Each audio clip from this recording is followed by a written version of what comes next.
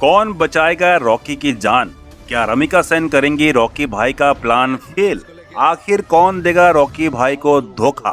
Hello दोस्तों, मैं हूं प्रकाश विश्वकर्मा। स्वागत है आप सभी का बॉलीग्रैड स्टूडियोज में। शायद ही कोई ऐसा होगा जिसने प्रशांत नील के डायरेक्शन में बनी फिल्म केजीएफ के दोनों पार्ट्स को ना देखा हो। और अब ये तो हम आपको पहले ही बता चुके हैं कि बहुत जल्द आप सभी को केजीएफ का अगला चैप्टर सिनेमाघरों में देखने को मिलेगा। और ऐसा हो भी क्यों ना, आखिर केजीएफ चैप्टर 2 की इतनी मैसिव हिट के बाद डायरेक्टर प्रशांत नील केजीएफ का अगला चैप्टर लाने से खुद को कैसे रोक सकते हैं?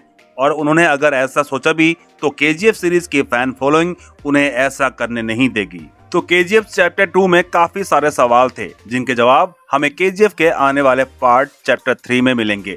यूं तो फिल्म की कहानी क्या होगी वो हम में से किसी को भी नहीं पता, क्योंकि अभी तक इसके बारे में फिल्म के डायरेक्टर प्रशांत नील ने चुप्पी साधी हुई है। लेकिन फिर भी उम्मीद जताई जा रही है कि केजीएफ का चैप्टर 2 एक थ्योरी पर बेस्ड हो सकता है। और आज हम वही थ्योरी आपको समझाने जा रहे हैं। और बहुत हाई चांसेस है कि केजीएफ का ये अगला चैप्टर आईएसआई थ्योरी पर बेस्ड हो, जो है जिमी कार्टर थ्योरी। अब आपके मन में ये सवाल आ गया होगा कि आखिर जिमी कार्टर कौन है, ये किस तरह की थ्योरी है, क्या है? तो आप परेशान मत होइए, आज हम आपको इन सभी सवालों के जवाब दे देते हैं। तो चलिए फिल्म की कहानी की बात करते हैं।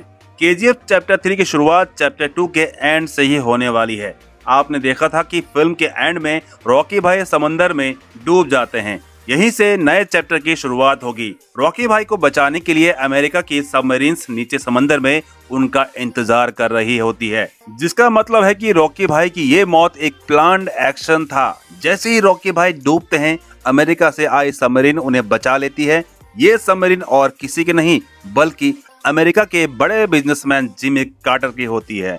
आप सब ने केजीएफ के चैप्टर 2 में जिमी कार्टर को देखा होगा। इनकी एक छोटी सी झलक पहले ही दिखाई जा चुकी है। मेकर्स फिल्म के चैप्टर को आपस में जोड़ने के लिए पहले ही जिमी कार्टर को इस सीरीज में ऐड कर चुके हैं। और अब पार्ट 3 में जिमी कार्टर एक अहम भूमिका में नजर आएंगे। तो जिमी कार्टर रॉकी भाई को अपने साथ अमेरिका लेकर जाता है, जहां रॉकी भाई उससे अमेरिका के सबसे बड़े सोने की खदान डेविस गोल्ड फील्ड के बारे में इंफॉर्मेशन निकालता है। वो जिमी कार्टर को बताते हैं कि वो डेविस गोल्ड फील्ड के सारे सोने को अपने साथ इंडिया ले जाएंगे, और अगर वो इसमें उनकी मदद करता है तो वो इंडिया में उसकी एक बहुत बड़ा सबमरीन बिजनेस देंगे। जिमी कार्टर इस डील के लिए मान जाता है। जिमी कार्टर के लिए सबमरीन्स का बिजनेस बहुत मायने रखता है।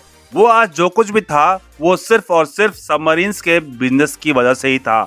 इसीलिए जब उसे लगा कि रॉकी भाई उसे इंडिया में काफी प्रॉफिट दिला सकते हैं तो वो उन्हें मना नहीं कर पाया। इधर इंडिया में जैसे ही मंत्री रमिका सेन को पता चलता है कि रॉकी भाई जिंदा है, वो उन पर नजर रखने के लिए अपने आदमियों को भेज देती है। रमिका सेन जानती थी कि रॉकी भाई शांत बैठने वाले लोगों में से तो नहीं है। अगर वो जिंदा बचा है तो वो जरूर कुछ ना कुछ तो करेगा ही।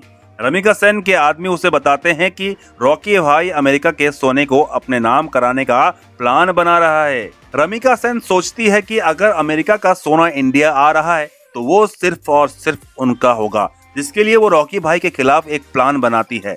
वो सोचती है कि अगर वो रॉकी भाई को मार डालेंगे तो ये कहानी यहीं खत्म हो जाएगी, क्योंकि अभी इंडिया में किसी को भी रॉकी भाई के जिंदा होने की खबर नहीं है। ऐसे में अगर रॉकी भाई बचकर इंडिया आते ही नहीं है तो किसी को पता भी नहीं चलेगा। इस काम के लिए वो रॉकी के सबसे बड़े दुश्मन अधीरा के बेटे विनाश के साथ हाथ मिला लेती है।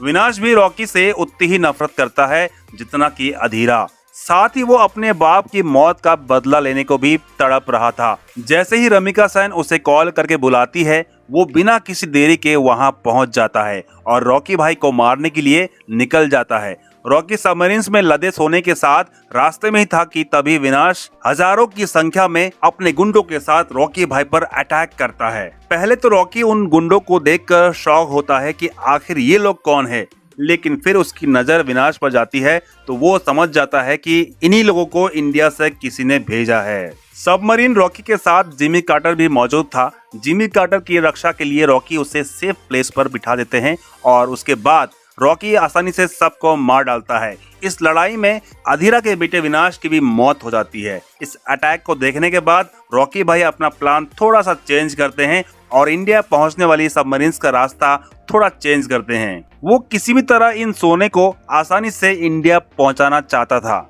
और इधर कोई रमिका सेन को रॉकी के हर एक एक्शन के बारे में बता देते हैं। जैसे ही रमिका सेन को पता चलता है कि रॉकी सबमरीन्स का रास्ता बदल रहा है, वहीं दूसरी साइड अपने गुंडों को खड़ा कर देती है। रॉकी भाई शॉक्ड हो जाता है कि आखिर उसके सभी एक्शन को कौन बता रहा है। रॉकी को कुछ भी समझ में नहीं आ रहा होता है कि तभी वो शीशे में जिमी कार्टर को फोन पर बात करते हुए देखता है। जिमी कार्टर के वॉशरूम जाने के बाद वो उसका फोन चेक करता है तो उसे पता चलता है कि जिमी कार्टर रमिका सेन से डायरेक्ट कांटेक्ट में था।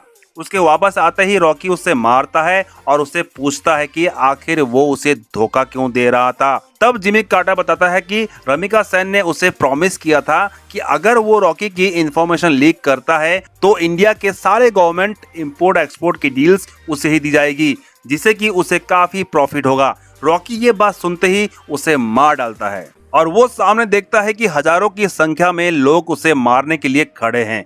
लेकिन इस बार रॉकी अपना रास्ता नहीं बदलता, बल्कि सभी सबमरीन्स को उसी रास्ते पर ले जाता है जहां सब गुंडे खड़े होते हैं। रॉकी सबमरीन में रखी मशीन गन की मदद से उन सब को मारता है और सारा सोना कोलार गोल्ड फील्ड में जमा कर देता है। इस तरह से रॉकी ने सिर्फ इंडिया बल्कि अमेरिका पर भी राज करना शुरू कर दिया था। आपको अगर याद हो तो केजीएफ के चैप्टर 1 में रॉकी ने अपनी माँ को प्रॉमिस किया था कि वो एक दिन दुनिया पर राज करेगा और अब केजीएफ के आने वाले पार्ट्स में रॉकी ऐसा ही करता नजर आएगा। वैसे प्रशांत नील केजीएफ की फ्रेंचाइजी को बंद करने के मूड में बिल्कुल भी नहीं है।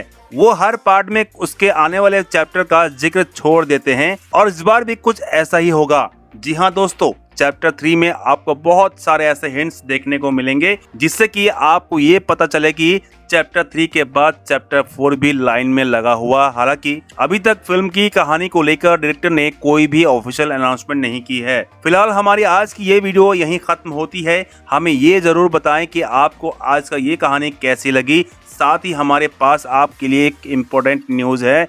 अगर आप भी सिनेमा के दुनिया से जुड़ना चाहते हैं और काम करना चाहते हैं तो डिस्क्रिप्शन बॉक्स में दिए गए लिंक पर क्लिक कीजिए और इस अपॉर्चुनिटी का भरपूर फायदा उठाइए। उम्मीद है आपको आज का ये वीडियो पसंद आया होगा और ऐसे ही वीडियोस देखते रहने के लिए हमारे चैनल को सब्सक्राइब करना ना भूलें। तब तक के लिए टाटा बाय बाय, मिलते हैं अगले वीडियो।